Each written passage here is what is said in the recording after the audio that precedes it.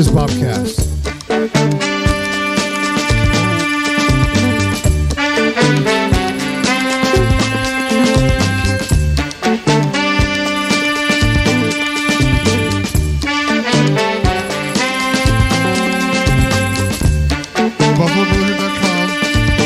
BuffaloBrotherhood.com. It's official, folks. My phone is dead. And we're still on repeat from last time. This is episode 77 of the BOBcast, the Buffalo Brotherhood podcast. I'm Ryan. Alongside me, as always, is Mike. Oh, he's still on repeat. Oh, I get it. It's a joke. Across the table, Doug. And then we are joined for the second week in a row of our very special guest, Blair is here. Hi, Blair. How's it going? Going well. Doing well. I never know how to handle last names of guests because, like, we don't necessarily use our last name. Yeah. It's not like it's a secret, but I don't. I don't necessarily say it out anyway. But I didn't say we don't. I just said we don't normally bring. I never know how to. Okay, great talk. I'm going to need you to go do 50 wind sprints. Is that something that you might do at practice? Wind sprints? Yeah, we might. Ladders. What is the thing called that I hated? Suicides. Yeah, is that like to the foul line, to the baseline, to the half court, to the baseline, to the other foul line, to the baseline, and then hey, your frog's back. Ladders? Is that what you're talking about? Well, that's what we call them. The frog's up there at the top. He's behind the blinds. There's a little tree frog runs around out there. Oh, okay. All right, squirrel. Sorry. I know there was a very squirrel sort of thing. Suicides. So not fun. Would you make them do like push-ups in between or sit-ups in between, or do they just do the run? We just usually run. Just do the run. Blair's a basketball coach, and that's one of the reasons why we had him. One of the reasons we had him on the show. We had a great time last episode. If you didn't get a chance to listen to the last episode of Blair, go back and listen to it. We talked all things like Walking Dead and Force Friday, and we got a little bit of video game discussion in there before we took off. But really, this is one of the special shows. This is the reasons why I like doing these podcasts. We get to talk to somebody to hear about how they manage sort of their life around their hobbies, because this is one of the reasons why we started this podcast was because we sort of like we talked about doing podcasting. We listened to a lot of podcasting, but like getting over that hump of saying, okay, we're tired of talking about it. Now we need to do it. We got to find a way to record our voices and send it magically through Hogwarts back around the tower and then out into the interwebs where Iceland has welcomed us in loving arms. So so we sort of want to do that. And one of the questions was like, how do people who have serious hobbies, and I don't want to call it a hobby because I don't want to minimize it for you, but just passion is sort of how do people have serious passion find that balance between this is something I'm gonna work for, this is a goal I want to get accomplished, but I'm not gonna let it, like, you know, I'm not gonna let significant others stand in the way, or I'm not gonna let these other sort of distractions sort of stand in the way, and that singular focus it takes to be successful at any given passion. So I don't know. Do you want to start off, maybe talk about a little bit about your coaching experience, and then we'll sort of go from there? Yeah, that'll work. Okay. So when did you start? I started the year after I graduated from Burris Laboratory School on Ball State campus. I came back as a volunteer assistant for the junior varsity and varsity program. Since then, it ended up turning into a paid position. I took over the 8th grade program at Burris for 4 years. Then I did JV head coach for a couple years. And then it was my time to go on and venture onto other things, or other schools, I guess I should say, since Burris was all that I knew. And I ended up getting offered the freshman head coaching position at Muncie Central. And then now I am currently the JV head coach at Muncie Central. So, and it is very much like a leapfrogging sort of progression. You have to sort of pay your dues. You have to do it here and then prove yourself and then move yourself up. So Central, that had to be interesting with the mergings of the schools. There's probably a lot of obviously a lot more talent to pull from, but then you sort of had that divide between which kids make the team and how. I mean, and I don't mean to put you on blast right away. Okay. So if this is a subject that we don't necessarily talk about, let me know. But I mean, was there ever any like discussions like, you know, if we're going to put 12 kids on the team, try to make sure 6 come from South and 6 come from Central. That area, you know, it really wasn't too much of a big issue. My first year at Central, it was Coach Fine's last year there. He brought me in, to coach the freshman team, and we were aware of it at that point in time of the merger happening the following year. So, everybody was just kind of on, pins and needles, making sure everything was taken care of, the right way, and make sure it was a smooth transition to the next year. Then during that off season, Coach Fine decided that, he was done with his time at Muncie Central. And then they hired in Jeff Holloway, who was a head coach and a former player at Muncie Central. He came from Union, where he was the athletic director as well. He's also got Blackford roots. Do you remember him at Blackford? Yeah. Okay. Yeah. No, I know he was at Wilson for a while. I think it's a different Jeff Holloway. Yeah. Is it a different Jeff Holloway? I think they it both is. coach basketball. That's weird. Jeff didn't coach basketball. I thought he was the JV coach. Yeah, All right. no, but so then Jeff was brought White guy in. or black guy? Black guy. It's not the Okay, same not guy. the Not the same guy. That ends it right there. There you Ryan. go. Pretty easy to tell. I was like, is he bald? Because I remember Jeff being bald. No. Yeah, that's not him. I got a picture from the Star Press. That's not him. Okay. But they hired a Jeff Holloway. He was a former Central player, local guy, real involved with the youth and everything.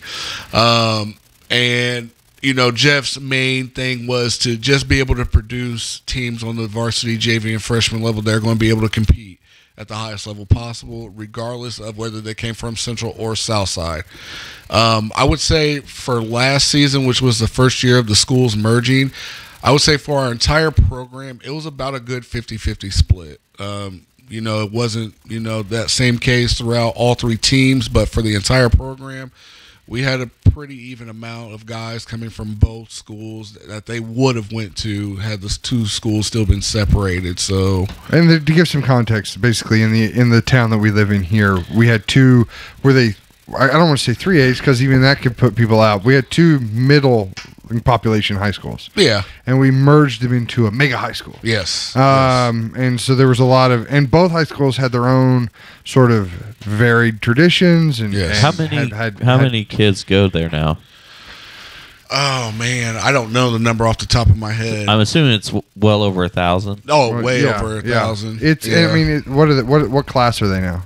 They're 4A now. They're 4A now, where they which were is the 3A biggest class before. And possible for basketball and volleyball. Yeah. so, I mean, they're as big of a high school as which we have in Indiana, but there are still much larger high schools Oh, out yes. there. Oh, yes. But they've sort of exceeded that talent cap that the high school association says that it would take to have the best possible team. Yeah.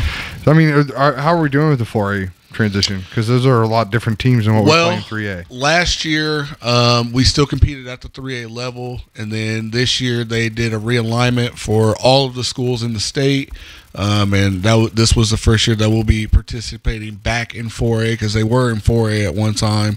Muncie Central was. So this will be our first year competing in 4A as one community high school from Muncie. We faced a lot of 4A competition last year. We did fairly well. You're going to do about as good as you can with it being, one, you're combining kids from two different schools. Two, you have a brand new head coach, a whole new coaching staff, new system running. So, I mean, did the Southside head coach take over? No. So it was that's brand Jeff. new. That's Jeff. Oh, Yeah, Jeff Jeff- was from Southside? No, No, Jeff was was coaching from at Union. Union High School. Oh, okay. Yeah. I'm sorry. At Yeah, Modoc? Yep, You're in right. Modoc. Yep. Yep. Okay. I went there for like 6 months. Oh, okay. All right. I was curious. The Union Rockets. Yeah. I always hear Union on the Ohio side Yeah. or Union is what I was. Union That's Union City. City. That's Union City. Yeah. Or Union County. So, That's yeah. All right. Yeah. Well, that's pretty awesome. So, Yeah. okay, so let's talk a little bit more about maybe when you first got started. So, Okay. you played basketball in high school. Yep. And obviously, basketball's a huge hobby, was I don't want I keep saying hardly huge passion for you. Yeah. And so when you got out of high school and you wanted to come back, like, what was that first year when you were just volunteering like? Or what sort of roles do you think that you were given? Did you have good role models there? Were they trying to build you up into becoming a coach, or was it like, hey, go wash the laundry, fill up the water bottles? No, Brian Carr, who was the coach that I played under during my time at Burris, one thing Brian always does, he'll always invite the seniors back if, for the following year, if they ever want to come back and help out as a volunteer, he's welcoming them with open arms. He loves, having the guys around just because it's a unique situation as far as at Burris, with it being such a small school, right, and with it being part of Ball State University and being ran through there. So, it's very difficult to get into now as far as getting into the actual school itself. It's a K through 12 school. So I told him I expressed interest in, coming back and helping out just because I wasn't sure what direction, I wanted to go in life. I'm fresh out of high school. I'm, in college, trying to figure out what I want to do and, looking for something to, just kind of pass time by just to see, if this is the direction I want to go. Feels familiar, but still sort of new and exciting. Yeah. Okay. So he said, come on back. We would love to have you back.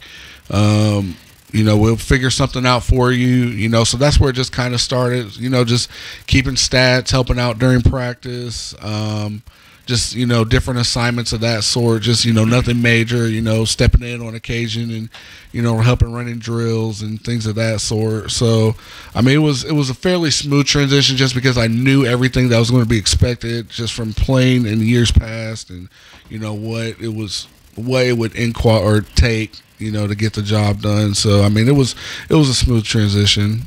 That's awesome. Mm-hmm. So then you get your first sort of paid position. Didn't you do some like AAU basketball too in the middle, or yes? Or do I have that? I'm currently part owner of a travel AAU basketball organization for kids elementary through high school. Our mission is to, try to get the kids as much exposure as possible, but also we want them focusing on, the part of being a student athlete, being a student first, making sure, they understand that, basketball may not always be there. So you have to have something to fall back on or, exposing them to different, things in life. A lot of kids from this area, they may not necessarily get the opportunity to, see outside of this area or experience life outside of here. So, we travel across the different states. We travel to Michigan, Illinois. We've been as far south as Tennessee. We've had a couple of our teams, go to Iowa, Minnesota, things of that sort. So, we travel to get them as much exposure as possible. If it leads into them, playing at the next level as far as collegiate level, then, we'll help them make that push, to get them recognized. And, if we feel like they're going to have some success there. So that's pretty cool. So, and that was sort of, I mean, is this something I would have heard of before? Do you have fifth graders, fourth graders, third graders that play? Yeah. Okay. Yep. Okay. Yep. Because I have some of my boys play on a team with a mutual friend we were talking about earlier. His son. You know what I'm talking about? Dustin. Yeah. Dustin's boy. He plays on a team. Well, he plays on a team similar to what we have, but his boy doesn't play for our team. But it's a similar type of ordeal. Because I have 3 students that all play on that team. So I was thinking, hey, maybe you knew some of the same kids that I know. But, that's awesome. I mean, really, and that's as a high school level coach, that's sort of like growing talent there too. Yeah. You get them. I sort of have some, like, as a parental parent right now, I have some beef about travel teams and so forth. And I feel like, if you want a real chance for a kid to play against other talent, then you have to sort of to take that next step. And because if you just stay at your regular sort of local league, everybody gets a ribbon and everybody's a winner and really nobody's keeping score. And then just sort of taking that financial, because this is a financial leap for parents, financial leap to say, okay, we're going to do this and we're going to put them in there, and then we sort of, I don't know, pigeonhole a child into a sport. Yeah. We were talking earlier about taking our kids, mine's 7, his is 5, just to the golf course already, and not pushing anything. We just sort of get some exposure. But I think giving kids opportunity to get to see real competition is a great way to sort of build them up as characters, as players. Oh yeah. And then your mission statement is a student first. I think it's hugely important. Oh, I mean, and I understand that balance can become a little bit. I don't know. Well, I'll just ask you. Like, so for the older the kids that get, the 8, 9, 10, 11, 12-year-olds, do you think that they find that balance a little easier because the realism of this is something that I might be able to do forever, or because when I'm dealing with 10-year-olds, you can't get them to believe that they're not going to be the next Dwayne Wade or the next, KD. They all are going to be that guy. Yeah. Like, I don't know, man. Usually, you're 3 foot. Usually when kids get about to the middle school age, I mean, you start to notice, the kids that are taking this very seriously and, have that internal drive to want to be the best, player that they can. Right now, there's a kid at Northside Middle School in Muncie that the middle school feeds into Muncie Central that I can think of. And, I mean, this kid, he's literally out there putting up 200 to however many, 300, 400 shots almost a day. And I mean, this is something that he's doing on his own. His parents don't push him or force him to do any of that. He's literally doing this on his own. Just loves the game. That's how much he loves the game. And I mean, it's like his mom. She's a coach for our girls teams at the high school. Maybe we need to get this kid on the show. I mean, cool. yeah, and I mean, that does kind of help. I mean, but there are times where I mean, her and I have talked, and I mean, she's like literally pulling him off the court, literally pulling him out of the gym, saying, "Hey, we got to go get other stuff done." It's like as much. We got to be a little more rounded. Yeah, we got a little more rounded. Yeah, but I mean, this is his drive. I mean, it's what he wants to do, and I mean, it's like with a kid like that. That's the type of kid that you'll be reading about, Sky's the limit for that kid. Yeah, I mean, definitely. See, that's what I think we need to do. I just need to take a few of my kids, the ones that don't even play but still think they're somehow going to become professional athletes, and be like, you just got to follow that kid around for 2 days. And you got to do what he does, eat what he eats, and sleep when he sleeps. Because then if you're not able to do that on a daily basis, then we need to work on math a little bit more. That's pretty awesome. So, okay, so let's talk about some of the intangibles then real quick. Okay. What do you get out of it? And I know this is a softball question, I hope, maybe a little bit. But what do you get out of this? I mean, this is a huge investment in time. Mm-hmm. And I know you say it's compensated through pay, but it's not compensated enough. Right. Obviously, because I know you're working other jobs and doing other things. Yes. So I mean, it's more of a token of appreciation than any sort of payment. Yeah.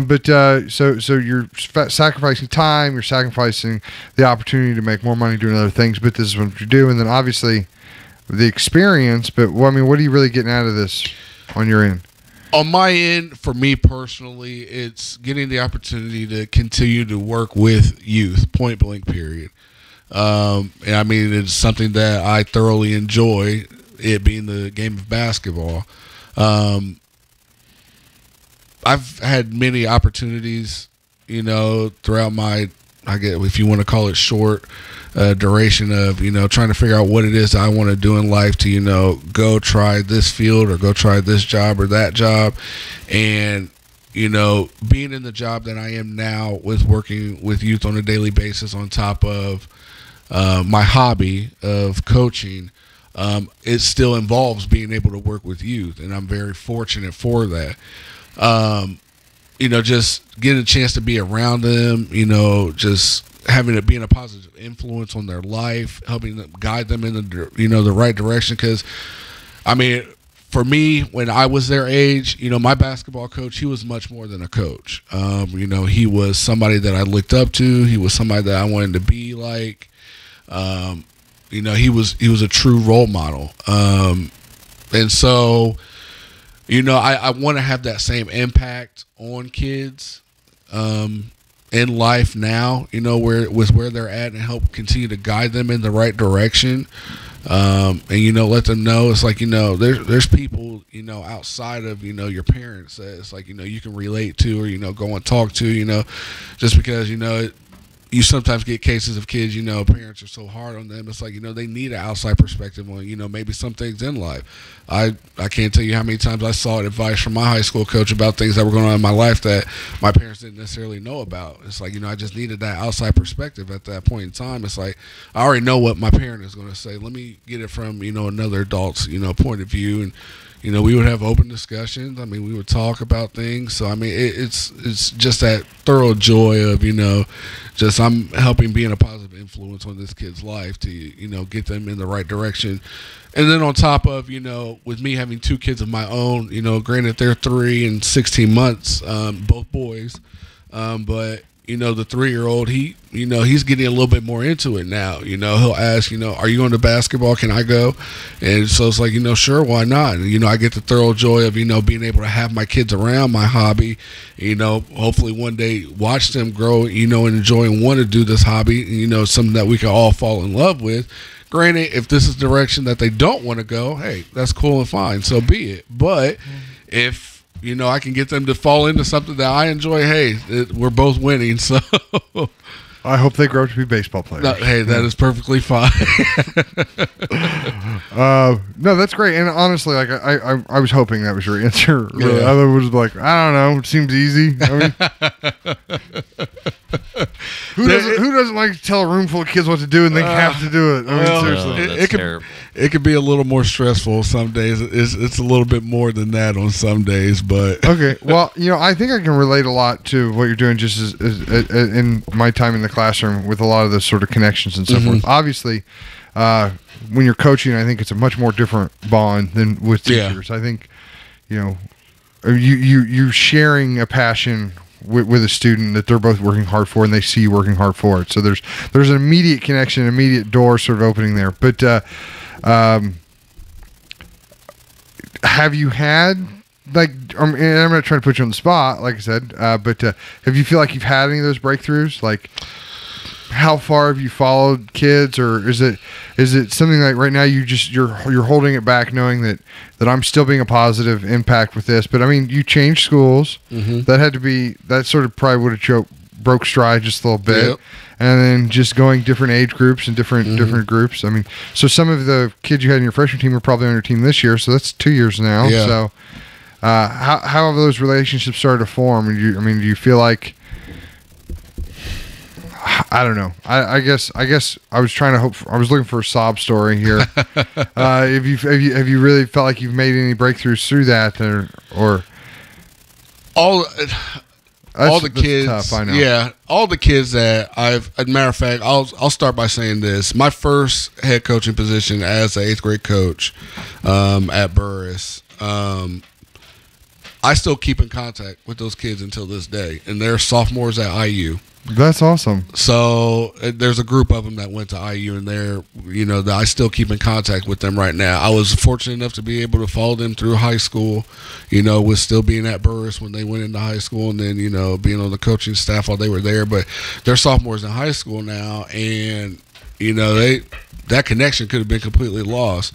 I'll talk to them, they come into town, I'll see their parents, hey, how's so-and-so doing? They were just asking about you, or, we were just talking about you, this, that, and the third.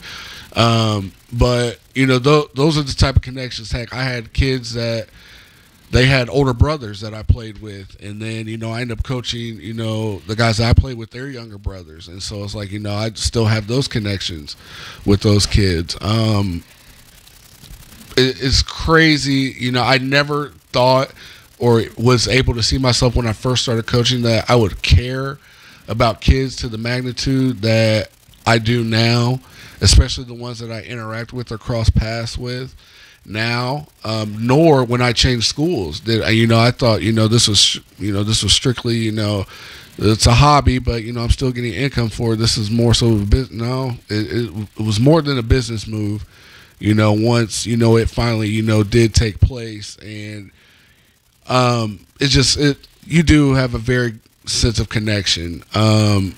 There's one particular story that I can share. This was my 4th year coaching at Burris, the 8th grade team, and we had a game. It was right before Christmas break. It was either Christmas break or Thanksgiving break. I can't remember which one it was. We were playing at Tri-High, which is a town or high school that's about maybe 30 minutes away. It was a winnable game for us. We knew that coming in. One goal that I always have as a coach that I said at the beginning of the season, I at least want to have one game where every single one of my kids score on the team. I always have that goal, no matter when or where it happens. That goal just so happened to be met this particular game that we had. And with it coming up to the holiday season, a lot of my players, they had a lot of their families, in town, and a lot of their families traveled to come watch that game. So I had a particular kid there. He got in the game. Kid wasn't that skilled, but he was a great kid. I mean, he wasn't a kid that I had to worry about, inside the classroom, straight A student. He got in the game. He scored. His grandparents were there. His grandparents had never seen him play basketball before. So, I mean, it was a cool thing. The terrible part about this story is the following morning, I get a phone call, and I hear that this kid had ended up passing away. Oh, okay. Yeah, he was. Him and his family were on the way to go visit more family out on the East Coast, and they were involved in a car accident. Holy cow! And all the other siblings and his parents, they survived through the accident. And he was the only one that passed away. Wow. His siblings, his younger siblings, one is still at the school at Burris. The other one is graduating. He had a sister that was older than him as well. I still keep very close. I can't say contact, but they're somebody that's like they're in their periphery. Yes, they're there. You're sort of paying attention. Yeah, okay. They're there, and I'm paying attention. And I have had times where I've crossed paths with his siblings. Yeah. In life, and it's like I keep replaying just the positive memories that I had with that kid, and you got to score. Yeah, you got that. You got that goal, Matt. Just the connection that was made there, at that point in time, and then to have that happen, it's like it rips your heart out. Yeah, it does. It does. I mean, it the rest of the season, I mean, it's like, we made it a point, to, make sure that, even when those kids graduated, they always kept that kid in their memory. And I mean, it's like, it was a very unfortunate circumstance, but the bond that, was just created with that team, when all of that happened, I mean, it was a phenomenal bond that those kids were able to, grasp together and, and it all centered around the sports and Yeah. sort of that connection, that Yeah. sort of that shared passion of sports that Yeah. you had with them and everything else. That's. I was joking about a sob story, but you got it. You delivered. You delivered. Honestly, You did. I felt like the lower part of my lungs sort of dropped down. Yeah. There a little bit because I that was out of left field. Yeah. Is there a better basketball analogy for when it comes out of nowhere? From the bleachers. From the bleachers, Yeah, from maybe? the rafters. Maybe from the locker room or the concession stand. That's true. That's true. That's true. Wow, that's rough. But I mean, you have to feel. I mean, obviously, there's a lot of mixed emotions with dealing with something like that. Yeah. Especially within the family, and my condolences go out. I can't imagine losing a child, and that would be. Yeah. That's my ultimate worst fear. Yeah. Honestly, living through something like that. Yeah. So, but it's great that he was able to be a part of that goal, part of that team, and a part of that thing, and then everybody else was able to live through. Yeah. He was able to live through everybody else. That's powerful. That's a powerful thing about sports. And people that don't understand sports, that's what they don't get. You don't watch every basketball game in the season just because you're watching. You're waiting for moments, like you're waiting for those Yes. Manning coming back in Tampa Bay on Tony Dungy's birthday. Yeah. That's what you're waiting for, Yep. which is. Again, shadows in comparison to what we're talking about. But I just wanted to one more thing, because as a sort of a teacher and a coach here, what's worse? And I'm going to give you a chance to honestly answer honestly here. What's worse, working with the kids or working with the parents?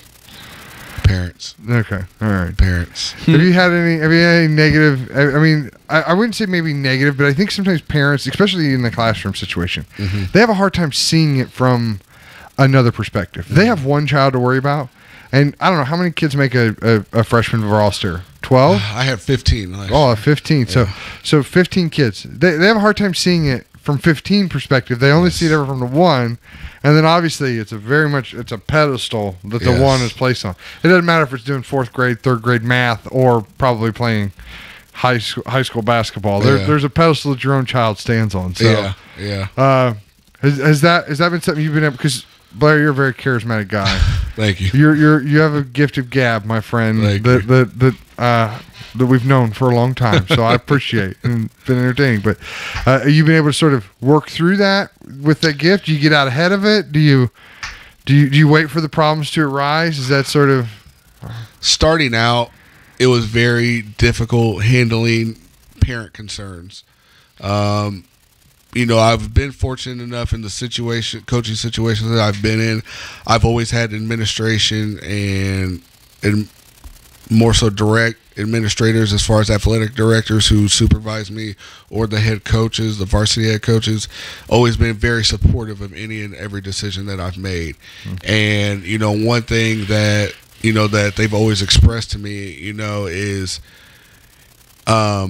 just make sure that it's the right time for handling things like that. Because, I'm sure, as being a teacher, if you were to have a parent just storm into the classroom in the middle of, the school day, you're going to say, whoa, wait a minute, this isn't the place or time. Yeah. So let's set something up to, where we can talk about this, as adults in a proper, And that's a really good cooling down method. Be like, I can't do it now. I understand. Let's make a meeting in like 2 days when you had something to eat and some time to sleep. And you and I will both be more rational at that point. But okay. Yeah. So, I mean, I've never really had a parent come at me in a confrontational manner. I've always had parents express concerns, which, is fair, with, dealing with anything with children, especially your own.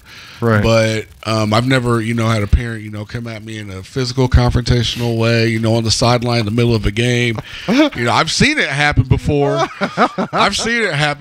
And, some of those situations didn't end out so well. Right. You're just a basketball guy. Yeah. They're big guys.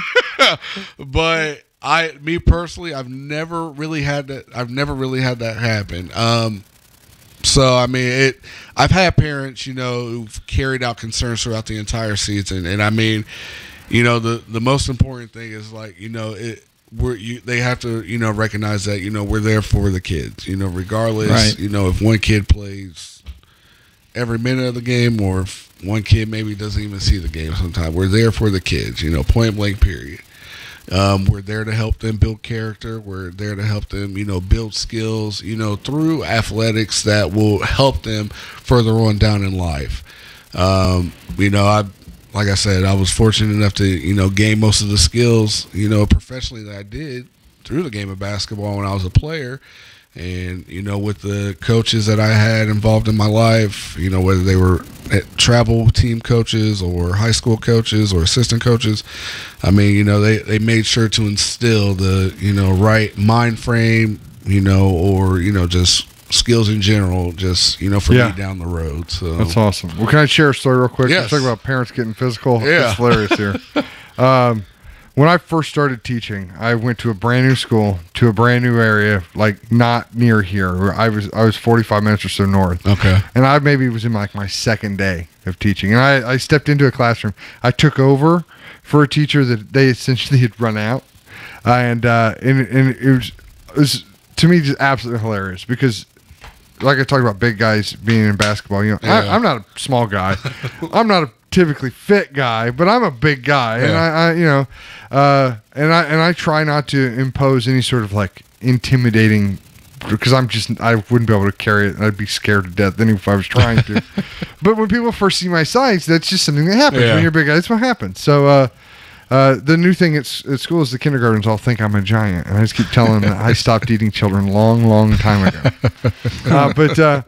But I had a particularly difficult student whose parent who I guess had never felt like their student had never caused any trouble at all, and I found that very difficult to believe. So we'd had a couple conversations on the phone, and I'll be honest, it was like it's like my second day on the job. Yeah. So I'm sure on the phone it wasn't quite the smooth tones you hear coming in your ear holes right now. Right. I'm sure. Right, I bet. I'm sure it's a little bit more of the like how it is when I try to do the Twitter handles at the end of every show.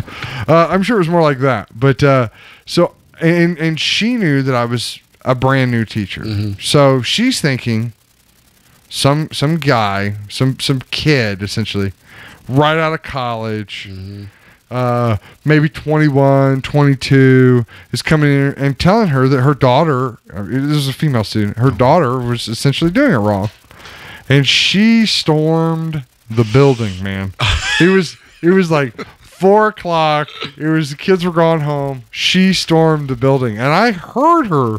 Like I was in the copy room. I wasn't in my room. So I was like around the corner. I heard her. Where's this Mr. Parrott? Where's this Mr. Parrott at? Where's he at? I gotta find this Mr. Parrott. I gotta talk to this Mr. Parrott. I got my husband here today, and we're gonna talk to Mr. Parrott. And then I kind of was like, do I call? I mean, if I'd have been at the school maybe 3 days, I probably would have known how to work the phones. But at the time, I didn't know how to work the phones. And I heard one of my coworkers step out of the classroom beside me. He's around. Hold on, if I can find. Thanks a lot. So I step out. Oh, I'm sorry. Were you guys looking for me? Like I didn't hear that. And she started honestly at my knees because I think that's where she thought that I was going to be my height. And you just watched her go all the way up to the whole like 6'6", and then you're Mr. Parrott.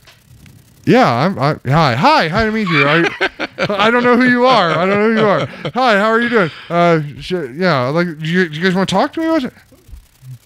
No, it's all right. We're good. I was like, no, really, let's step in. Who are you? And then she finally told me who she was, and I was like, oh, well, then we definitely need to step in here because the things that we started on the phone obviously didn't end well. But it was funny to talk about how it doesn't end. Right.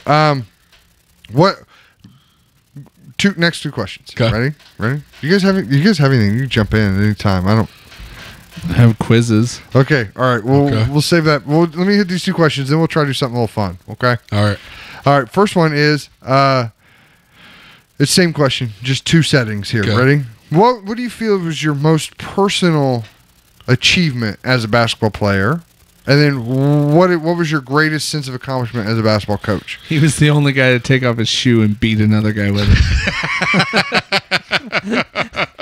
Is that in the record book somewhere? You remember that, Happy Gilmore? He was the only guy that tried to take off his skate and try to stab him. Yeah. Okay. I get the joke now, Mike. Before I was like, Blair's not a violent guy that I know of. My greatest accomplishment as a player. Do you feel like you're on a job interview? I feel like I'm throwing job interview questions. I apologize. It's okay. We don't have a team and we don't have any money, so we don't even have any like kids for you to work with. So, my greatest accomplishment as a player, I would have to say. I'm as much as a team guy as I am. I'm always more focused on the team goals, whether it's sectional titles, whatever. Do you have a team victory that you would like to share? Then we were always close, but there was always like that one school that we could just never get over the hump of in some of those cases. But that's a different story, different day. Blackford is only every game. It's so funny. They were in our sectional last year. Oh, congratulations. You won. Yeah. You won. My greatest accomplishment as a player was, I think it was being named preseason All-State honorable mention for the whole state of Indiana. That's cool. There's a Hoosier basketball magazine that they come out with every year. In my senior year, I was fortunate enough to be named one of the top players in our class that we played in. And then I was also fortunate enough to be named preseason All-State honorable mention. So that was my greatest accomplishment as a player, I believe. And honestly, there's not a lot of individual awards that one can earn as on a basketball team. Yeah. But, yeah. So what about coaching? Has it been maybe just a personal breakthrough with a student, or maybe a student's achievement that you feel like you helped coach them through, or Was there a team, like you said, that sort of haunted you guys down that you guys finally got over a hump at one point? Or I would say it was. I can honestly say this with confidence. It was. I think it was my team that my freshman team that I coached last year. They went 17-1 for their season record. That's really good. Yeah, and the one game we lost was by 3 points. Was it to Blackford? No, it wasn't. Oh, okay. It wasn't. But the one game that we did lose by 3 points, it was my fault, but I'll take ownership of that. But the reason for that being is just because, one, it was just, what we talked about earlier with the consolidation of a lot of turmoil. There's a lot of kids that, just the year before with the 2 middle schools that they have, those guys were playing against each other. Now they're playing together. Yeah. So, that was one thing that we had automatically going against us. 2, Muncie Central. If you say Muncie Central in the state of Indiana talking about high school basketball, anybody and everybody who knows the game of basketball is going to know who you're talking about. Right. It's the guys that picked on Milan. And yes, and the guys who lost to Milan. But they're also the ones that won, what is it?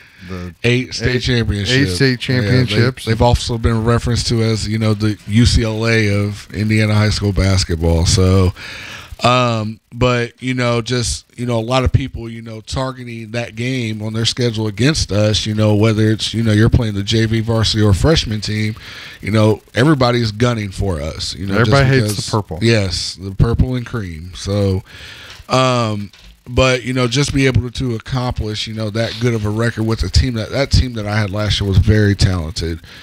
There was a lot of things, other things that we had to, address internally that we were able to accomplish, by the end of the season and get over those things and put some of those things aside. So this is a little for bit one how, cause. Yeah, So, this is a little bit how the sausage is made. Then. Yes. Okay. Yes. Lord. I feel bad because I've never been in the field house. You've never been in the field house? Never been in the field house. That's like a Central Indiana institution. It is. It It's is.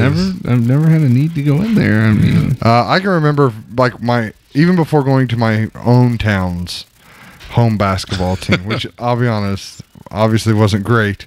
My dad used to take me to Central games. So I remember being like 8 years old in 88, watching the 88 team play. And that was, that was something that I felt like I was going somewhere. Yeah. You know what I mean? Yeah. This is something. But then anytime we'd have the Central versus Southside games, the whole town showed up. So The whole time. and I'm gonna miss that rivalry. Yeah. But I understand why they did it. And Yeah. I'm trying to be a mature person about it. But yeah, that's awesome. Those are all, congratulations then for last year's record. Thank you. Especially through all the turmoil. Is that pretty much why we're JV coach this year? Part of the reason. I mean, because you get the jump when you perform. So. Yes, this is true. This is true. All right. Do you want to do a quiz? Do you want to do something fun? I do have one last question, but Go ahead with your question. Go. greatest sacrifice. What do you think you had to give up the most to pursue this dream? And what is the end goal here? As of April 9th, 2014, it was spending time with my firstborn. Yeah. And that just now is happening. So that's probably the biggest sacrifice I've had to make.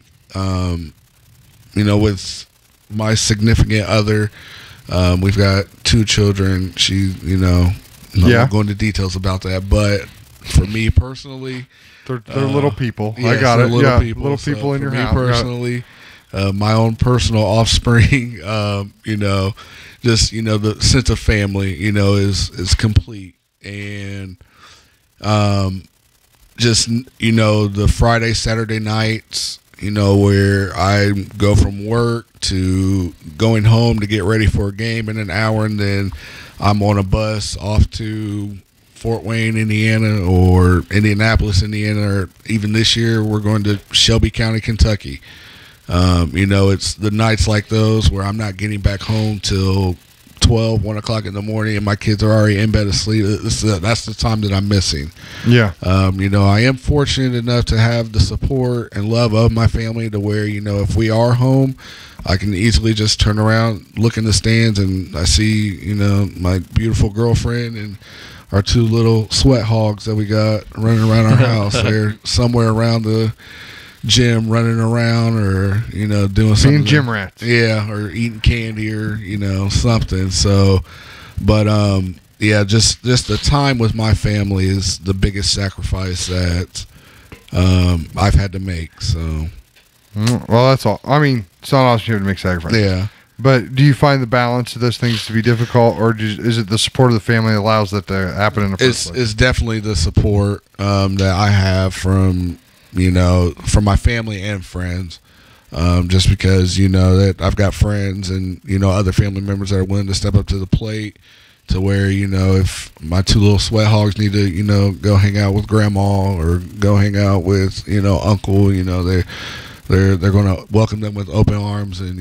they understand why they need to step up to the plate for me, and I'm more than thankful for those individuals in my life that are willing to do that for me. So, well, we're thankful that you have them too. So yes. that you can come on the podcast and tell us about what you do. All right, let's have some fun. What's the quiz? It's hard to find good basketball quizzes that don't require like history and all that stuff. So, well, I mean, so obviously we like all levels of basketball. Yes.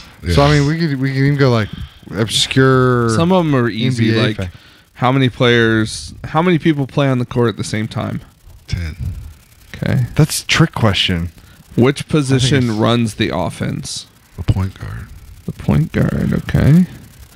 What is the regulation height of a basketball hoop? Depending on the level. This tall. 7, 12, 11, or 10? 10. Well, yeah, but... Okay. Before basketballs were invented, what did they use? Volleyballs, a soccer ball, or basketball? The basketball was invented with the game. Basketball. Was it invented with the game? I feel like it was invented with the game. I feel like it was too. Okay. I feel like Nate Smith sewed it himself. What do you call it when you take too many steps without dribbling? Travel. Okay. Okay, what's the difference between travel and double dribble? Double dribble is you dribble the ball with 2 hands. You're only allowed to dribble with 1. Oh, okay. So you did this. Yeah. You 2 hands pushing 2 down. hands. Okay. Yeah. Who invented does that? Who invented basketball? I do sometimes. James Naismith. I just said his name. Yeah, you did. Okay. Sorry, I didn't know it was a quiz question. When was basketball invented? Oh, man. 1861, 1899, 1891, or 1892?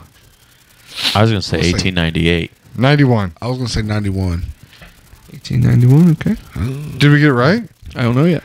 Oh, what? Can you get a technical foul after hanging onto the rim too long after a slam dunk? Yes. Okay. What kind of basket did they use before nets? A peach, apple, or orange? Peach. Peach. It's the first one. Peach. Okay. Finally, who won the 2015 March Madness tournament? Oh, who won Michigan last year? State, Duke, Wisconsin, or Kentucky? The Duke Blue Devils. Is it really? Yep. I It don't. was Duke versus Wisconsin, wasn't it? Well, here's what I always do. I always watch as many of the games as I possibly can, like the second and third round, and then I immediately lose interest because it takes a week break, and I'm like, Yeah. who cares about the Elite Eight? Okay, here it is. You got everything right except. It's probably the year basketball. Year wasn't it? basketball. No, what? Everything is correct. Why does it say we didn't get? It said you correctly answered 9 out of 10, but you got that one. You got that one. That one. I'm calling it a technical quiz. No, it was a soccer ball. Oh, was it? It was a soccer ball before they had a basketball. Legendary basketball coach Bob Knight was fired from his job at Indiana after it was revealed he lied about accepting bribes, choking one of his players, or supplying his players with performance-enhancing drugs. It's the last one. All the above. I believe they probably So want which one the is- choking I'm of the thinking- Yes, player. it's the choking of the player. I can't believe they didn't throw a chair on there, just because that's the Yeah. thought that people go through. The term March Madness was first used on the air in 1982 by which excited Baby! sportscaster? Bert Mushberger, Marv Albert, or Dick Vitale? Baby! It's got to be Dick Vitale. It's got to be. Bert Mushburger. Though it was first coined in print by writer Henry Porter in 1939, March Madness was first used on a broadcast by Brent Mushburger. Okay, all right, he can have that. I mean, Yeah. Diggy V has everything else, so I guess he can have the guy. I don't that said know. it first. Marv Albert's got yes. So. That's true. Pat That's true. Riley, 7-time NBA coach champion, started out as a guard for what team? Kentucky. San Diego Rockets, the Portland Trail Blazers, or the Miami Heat? Oh, What? NBA. Yeah. Read again. I was going to say. Pat Riley started out for a guard on what team? The Rockets, the Trail Blazers, or the Heat? I don't think the Rockets were a team when he was... I'm gonna. I don't know the Heat. It wouldn't be the Heat either. Because It's got to be the Trailblazers. yeah, Pat Riley, who coached the Los Angeles Lakers and the Miami Heat to victory, spent a lackluster career as a player in the 1960s for the Rockets, the Lakers, and the Suns. So it looks like he started at the Rockets. huh? I didn't know the Rockets were even there. Yeah. That's okay. That's Which all right. guard managed to stop Magic Johnson from making an impact Larry during Bird. 4 games in the 1991 NBA Finals? Larry Bird. Hey, thanks for being a guest on our show where the other guy answers all the questions. Laying his I team feel to like he victory had of the- plenty of time to talk tonight. Actually, make a buzz in Larry it. Bird, Bill Laimbeer, or Scottie Pippen. Larry Bird. I'm not It's helping Scottie you. Pippen. Don't listen to Ryan. I'm not helping you at Scottie all. Pippen and the Chicago Bulls stopped Johnson during 4 straight games, effectively taking the Lakers' star player out of the game during the 1991 NBA Finals. What part of a regulation basketball court is also referred to as the paint? Lil The Wayne. free throw, the 3-point, or the center circle? The free throw. That seems like a weird thing to call it. Yeah. That's what I don't even play Well, basketball. the and free I throw knew, is the line. well, the paint is the area painted inside of that Yeah. the rectangle, right? Yeah. Yes. Yes, the semicircle called the free throw lane located between the free throw line and the basket is also called the paint. Because I always knew that was always the painted area. Like Have the you? square. Okay. Yeah. When was the last time you saw just like the half circle painted? Other than like a playground somewhere. Right. But most gyms aren't. Everything's painted now inside the 3-second box. Yeah. The power forward is generally best at rebounding, shooting threes, or staying upright on a sweat-coated court. Please pick C. It Please pick depends on C. which power forward you're talking about. So rebounding or shooting threes. Rebounding. Power forwards usually stay close to the basket. One of the main jobs is to catch rebound balls when another player doesn't sink it. Question 7. Which legendary center averaged 23.8 points Larry per Bird. game during his first decade with the New York Knicks? Walt Frazier, Patrick Ewing, or Bill Bradley? Patrick Ewing. Gotta go Ewing. Patrick Ewing. Patrick Ewing averaged 23.8 points per game during his first decade with the Knicks. He just Ryan's just going to say Larry Bird for Larry Bird. Larry Bird. Peaked in the 1989-90 season, averaging 28.6. Yeah, Reggie Miller still had his number. Bam! And an offense team, if an offensive team touches the ball after it's gone behind the midcourt line before the other team touches it, they're called for a backcourt violation, double dribble violation, or 5-second possession violation. backcourt violation. Yeah. Yes. So this is too easy for you, A team isn't that it? touches the ball Honestly. behind midcourt. We'll get to some hard questions. I found another one. Uh-oh. Some referee questions. Oh yes. Who Those is are the my second? favorite. Who is Yeah, the you- second leading NBA scorer of all time? Jordan, Chamberlain, or Shaquille O'Neal? Chamberlain. Will Chamberlain comes in number 2 spot for the NBA's leading scorer of all time. So who's won? 0.2 points per game behind Oscar? Michael Jordan. Oh. Jordan's number 1? Yep. Basketball was invented by, we already covered that one. Okay, let's see what we got here. If you could have one basketball player to come talk to your kids, which one would it be? Oh, this is one of those awesome ones that doesn't tell you which ones you got right and wrong. Okay. And we got 7 out of 10. Oh, well, No. it told us as we were doing it now that I think about it. Yeah. Some referee questions. These I was reading while you're talking, and these are difficult. I'll tell you that. Well, hold on. Before you do that, funny story about officiating questions is In the state of Indiana, to become a licensed official, you have to take a test, but the test is also open book.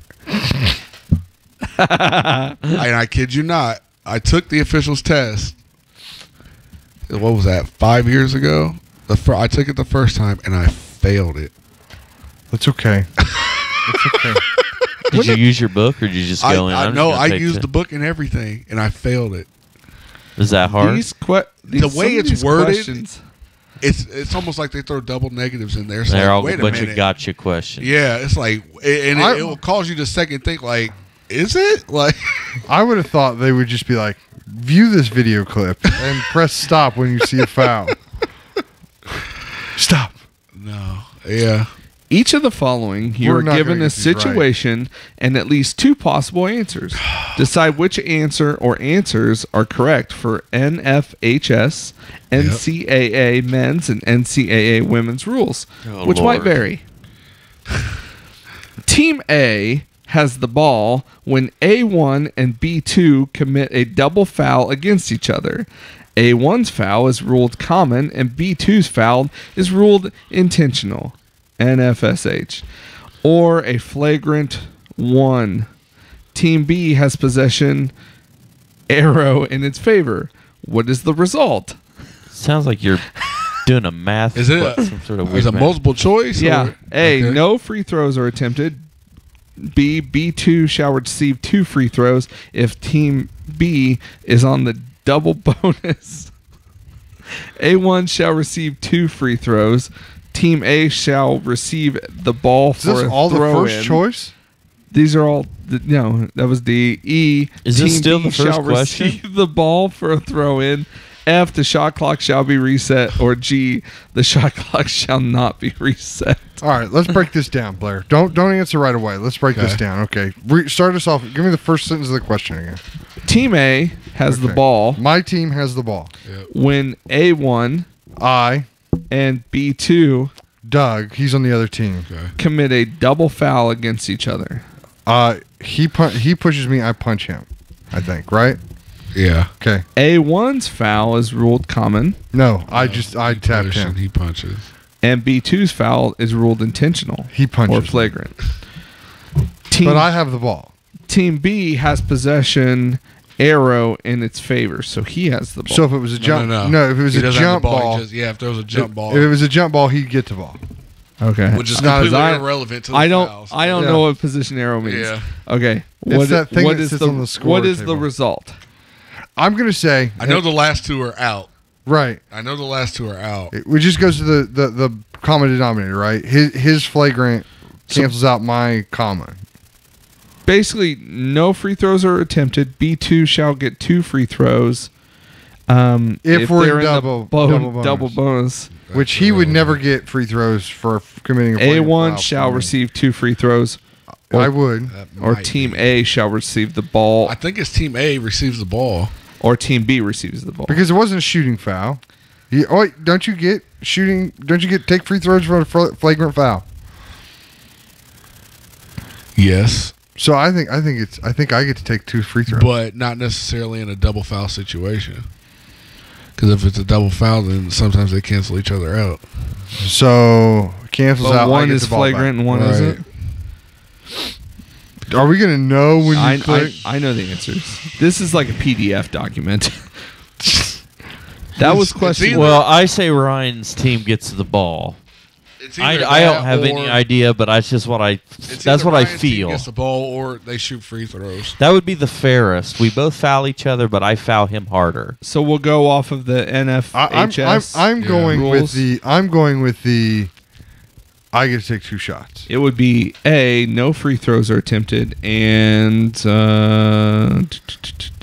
D, which is Team A shall receive the ball for a throw-in. You were right. I was right. You were right. Blair the was right. You're a professionals. jerk. The professionals were right.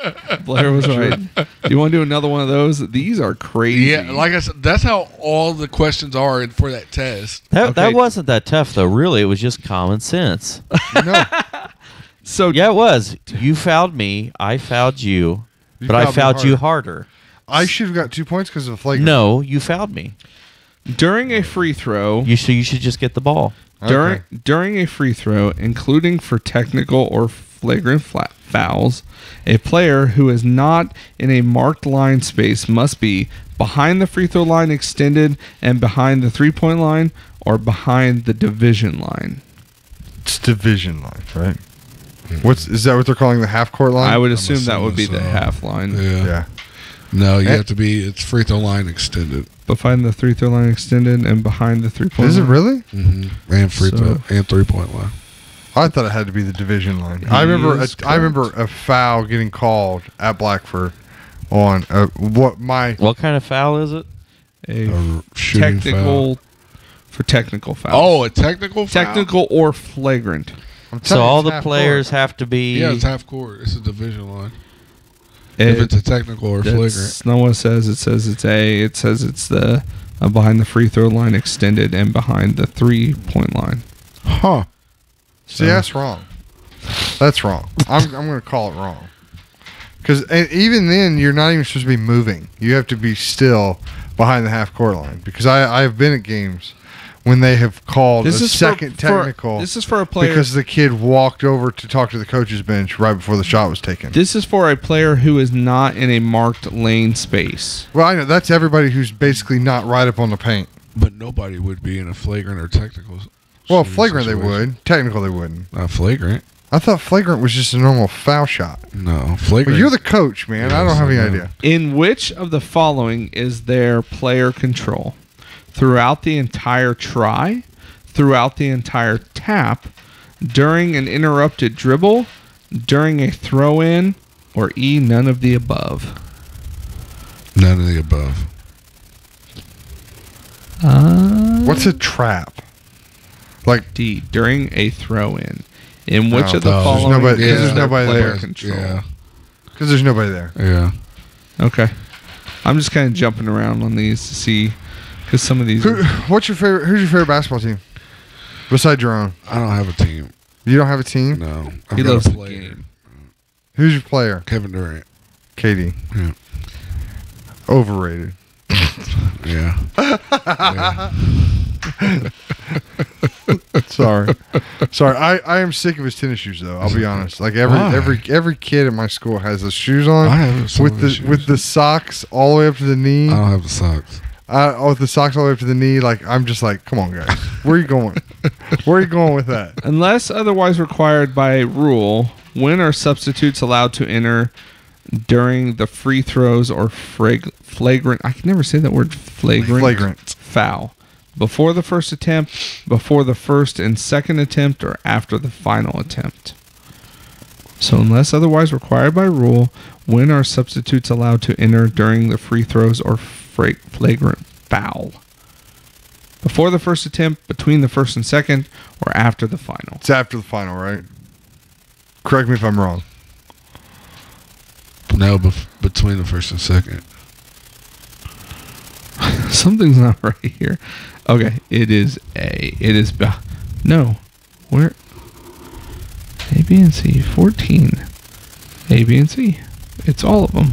Oh, anytime. So I guess they can come in anytime. I just remember, like, again, watching the games or being on the sidelines, and as soon as the foul was over, then you'd hear the of player substitution. Well, I'd be like, clearly, what games you were is watching, from they were doing it all referee.com. wrong. Some of those referees might be wrong. That's true. We were in Blackford, though. Yeah. It's fun. It's funny. I was talking to some people that I graduated. Like, it was funny. Like, one of them graduated in '99. I graduated in '98, and somebody else graduated in '97 today. And it was like they went here in this area, and they had good basketball teams back then. Yeah. And I used to be like, man, I used to hate you guys. And then what hurt worse is when I realized you didn't even realize we existed. It was a very one-way rivalry. Best video game basketball experience. Video game basketball experience? Not yours personally, but like What's your favorite when you're like basketball video game? Is that what you're asking? yeah. What's your favorite basketball video? That was a confusing question. Yeah. I was trying to Like, do there's been it. so What's many. your best experience in a What's the best basketball moment game? you've ever had video playing game. I was trying to do it in the phrase of the referee questions that we just got done with. if a And you basketball game- succeeded by confusing him. if the basketball game is player A and the video game is player B, and then they got together and how the sausage was made, which one would you prefer to play with? Best video basketball Kielbasa. video game. I'd have to say probably NBA 2K. Just 15. 15, like the newest, like 14 or 16 comes out. I've never honestly played any of them. That's all right. 16 comes out in a couple weeks. So. I'm an MGA or NBA Jam. Well, that's fan. what I was hoping. myself. That's what I was hoping you I was going to say double dribble, but Double dribble's fun, too. Street, or street. I like the street games a lot. Yeah. They were fun. They don't have the giant heads.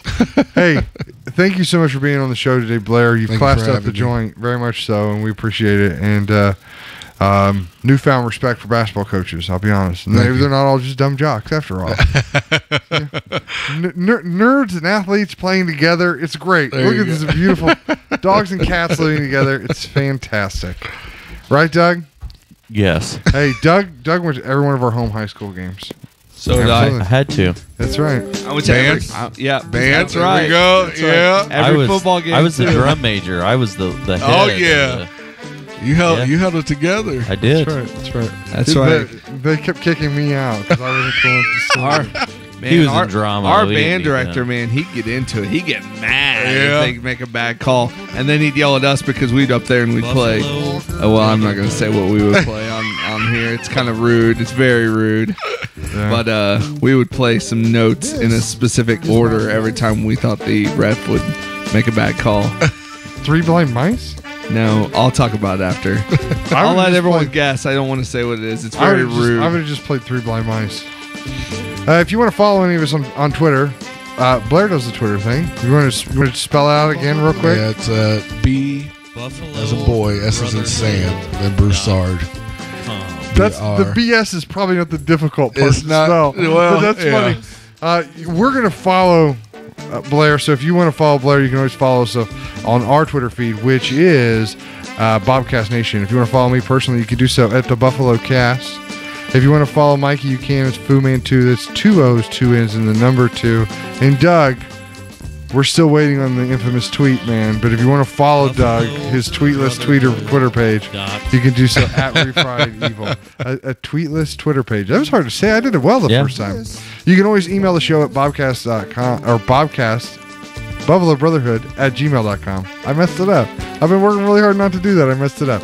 You can follow us at our home on the web at thebuffalobrotherhood.com or like us on Facebook, where we have reached the 4th digit. 1008. We've reached the 4th digit. So if you haven't liked us on the Facebook page, please do so. It's facebook.com/Buffalo Brotherhood. Check out the YouTubes. Man, You're on like number 5. I Yeah. know. Everyone's like, I'm so tired of the trumpet. Okay, well, that's it. I got nothing else. It's been a Awesome. blast. Thanks again, Blair. No really. problem. Thank you for having me. I have to have it come on after the season. Tell us how you did. All right, definitely. All right.